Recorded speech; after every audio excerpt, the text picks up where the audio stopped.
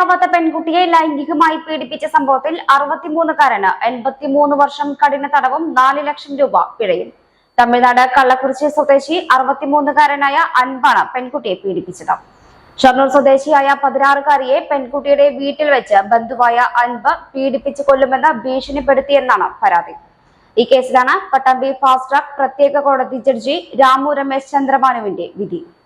10ാം ക്ലാസ്സിൽ പഠിക്കുന്ന പെൺകുട്ടിയെ 2022 മുതൽ 6 മാസത്തോളം ഇയാൾ പീഡിപ്പിച്ചതായാണ് കുറ്റപത്രം. പിന്നീട് പീഡനത്തെക്കുറിച്ച് പെൺകുട്ടി തന്നെ പോലീസിൽ അറിയിക്കുകയായിരുന്നു.